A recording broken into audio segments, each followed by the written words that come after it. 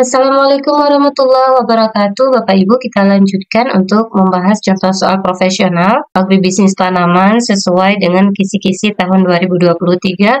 Pada kesempatan ini kita akan membahas tentang kisi-kisi nomor 63 sampai 69 terkait pupuk dan pestisida organik.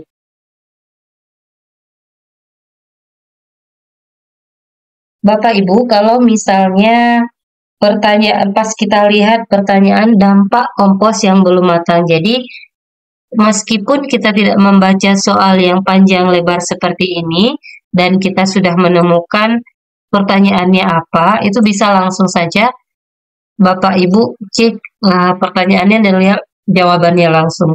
Berarti yang ditanyakan di sini adalah dampak kompos yang belum matang. Jadi dampak kompos yang belum matang itu adalah kalau media menjadi keras, ini kan merupakan kerugian ya. Kemudian berpotensi mendatangkan hama penyakit, kerugian. Nah, kemudian ini akibat, terus ini kegunaan. Nah, ya jawaban yang benar adalah belum dapat digunakan sebagai media tanam. Nah, kalau misalnya belum matang berarti belum dapat digunakan sebagai media tanam. Nomor 3, tanaman sayuran sangat dianjurkan untuk menggunakan pupuk organik untuk menghasilkan pangan yang sehat. Berdasarkan bahan penyusunnya, pupuk organik dibedakan menjadi beberapa jenis. Di antaranya adalah pupuk hijau. Alasan pupuk hijau tersebut disebut pupuk hijau adalah karena berasal dari pelapukan tanaman. Kita lanjutkan, pupuk hijau dari tanaman atau seresah atau sisa-sisa tanaman atau limbah tanaman bisa berupa daun-daun. Kelebihan yang dimiliki pupuk organik dibandingkan dengan pupuk anorganik adalah kalau pupuk organik ini dia tidak mungkin meningkatkan pemadatan struktur tanah.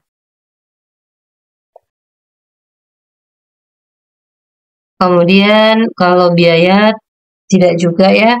Tapi jawaban yang benar adalah C, memperbaiki sistem erasi tanah. Sekali karena salah satu kegunaan dari pupuk organik adalah memperbaiki sistem erasi tanah. Kemudian nomor 5. Kita langsung lihat bahwa pertanyaannya apa. Pupuk organik memiliki kelebihan dibandingkan dengan pupuk anorganik. Kelebihan tersebut adalah kita sudah dapatkan apa pertanyaannya. Jadi Bapak Ibu tidak harus berfokus kepada soal yang panjang. Caranya adalah langsung ke pertanyaannya dan lihat jawaban yang telah disediakan. Oke Bapak Ibu, untuk kelebihan pupuk organik adalah unsur hara mikro lebih lengkap, membantu mencegah erosi permukaan tanah. Hara mikro bersifat kimiawi.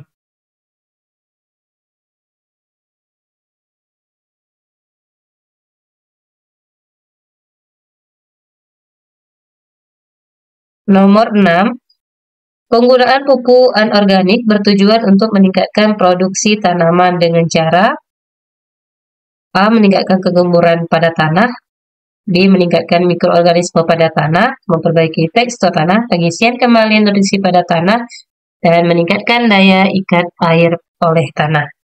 Jadi,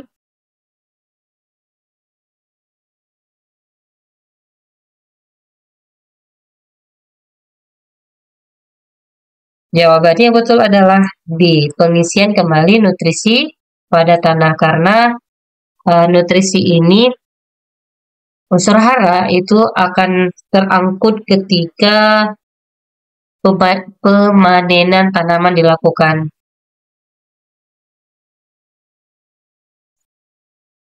Makanya ketika dilakukan pemupukan itu bertujuan untuk mengisi kembali nutrisi pada tanah.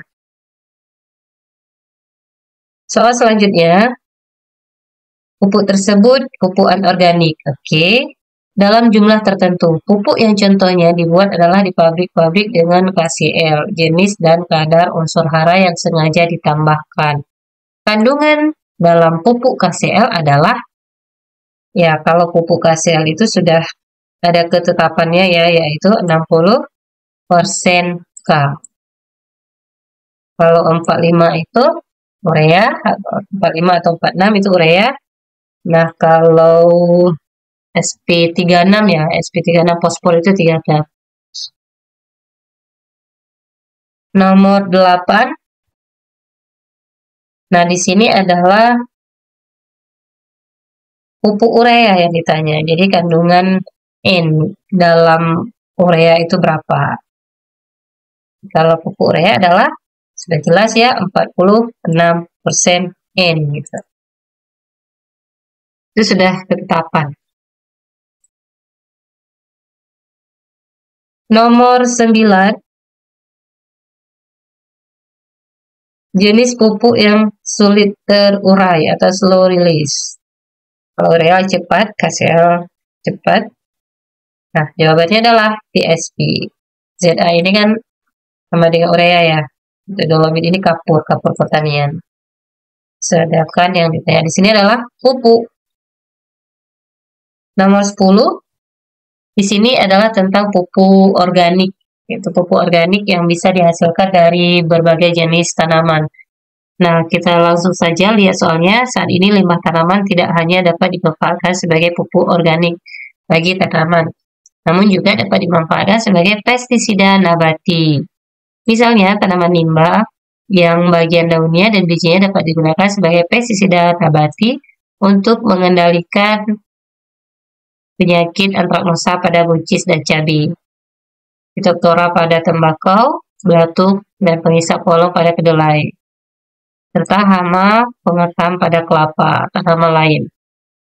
Ada yang limbahnya dapat dijadikan pengusir hama karena baunya yang menyengat. Tanaman tersebut adalah, jadi yang ditanyakan di sini adalah tanaman lain ada yang limbahnya dapat dijadikan sebagai pengusir hama karena baunya yang menyengat. Nah, ini adalah pertanyaannya. Tanaman yang dimaksud adalah, oke. Nah, jawabannya adalah tembakau. Oke. Nah, tembakau ini bisa kita jadikan sebagai pestisida nabati untuk mengusir ulat pada tanaman.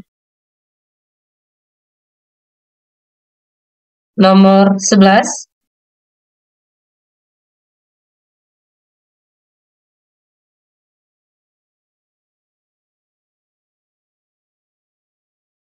Tanaman yang memanfaatkan bagian daun dan biji sebagai pestisida nabati untuk mengendalikan hama Helopel, SP dan belatung pada kedelai.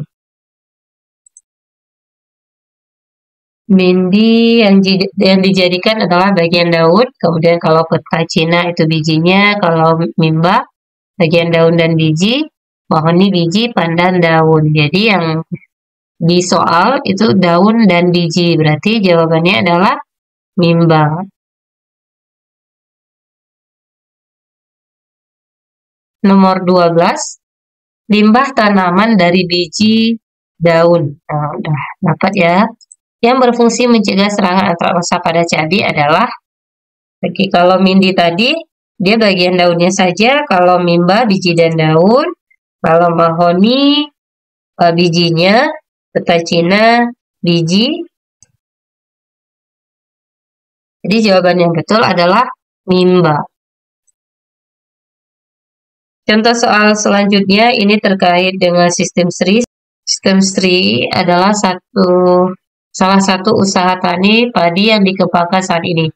Melalui sistem ini, konsumen produk yang dihasilkan akan lebih sehat dan selalu menyehatkan, karena tidak tergandung residu zat kimia berbahaya yang dapat menimbulkan berbagai macam penyakit dalam tubuh manusia. Dengan demikian, aspek yang mendapatkan manfaat dari sistem ini adalah, jadi pertanyaannya adalah, aspek yang mendapatkan manfaat dari sistem ini. Ya, jadi jawabannya adalah A, tentang aspek kesehatan, karena tidak mengandung zat kimia. Kalau budaya ini tidak nyambung ya dengan soal, karena budaya ini kan kebiasaan manusia. Kalau ekonomi itu tentang biaya, produktivitas, hasilnya tentang hasil, kemudian lingkungan berarti yang ramah lingkungan. Berarti jawabannya adalah A. Nomor 14.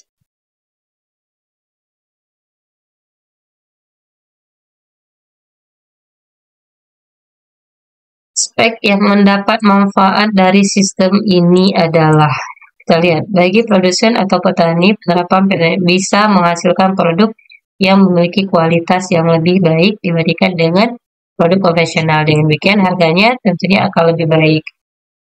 Oke, demikian harganya akan lebih baik dan pendapatan petani pun dapat meningkat. Nah, jawabannya adalah karena ini yang berhubungan dengan pendapatan, maka jawabannya adalah aspek ekonomi.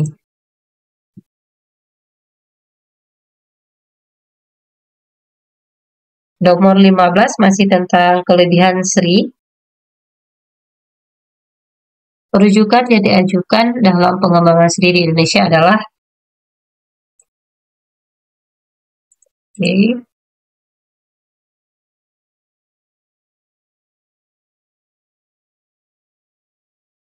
menanam bibit padi pada usia berumur muda sekitar 7 hari. Oke, jawabannya adalah ini.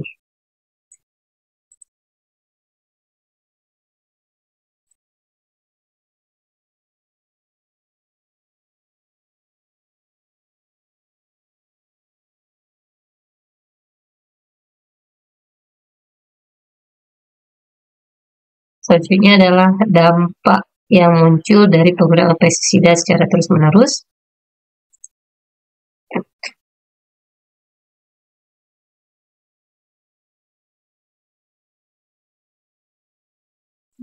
Berdasarkan resistensi alam. 16.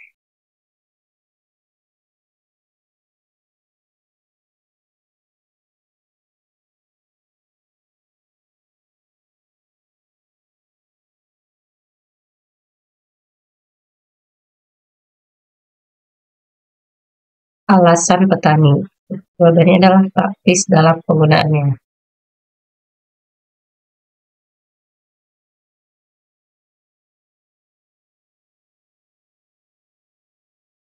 Apa yang terjadi pada pertanian?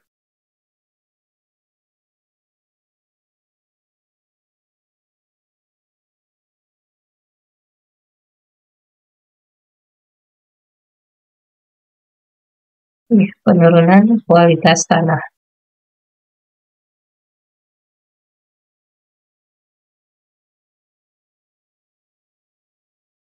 Oke Bapak Ibu, sekian pembahasan kita, semoga bermanfaat. Saya akhiri, Assalamualaikum warahmatullahi wabarakatuh.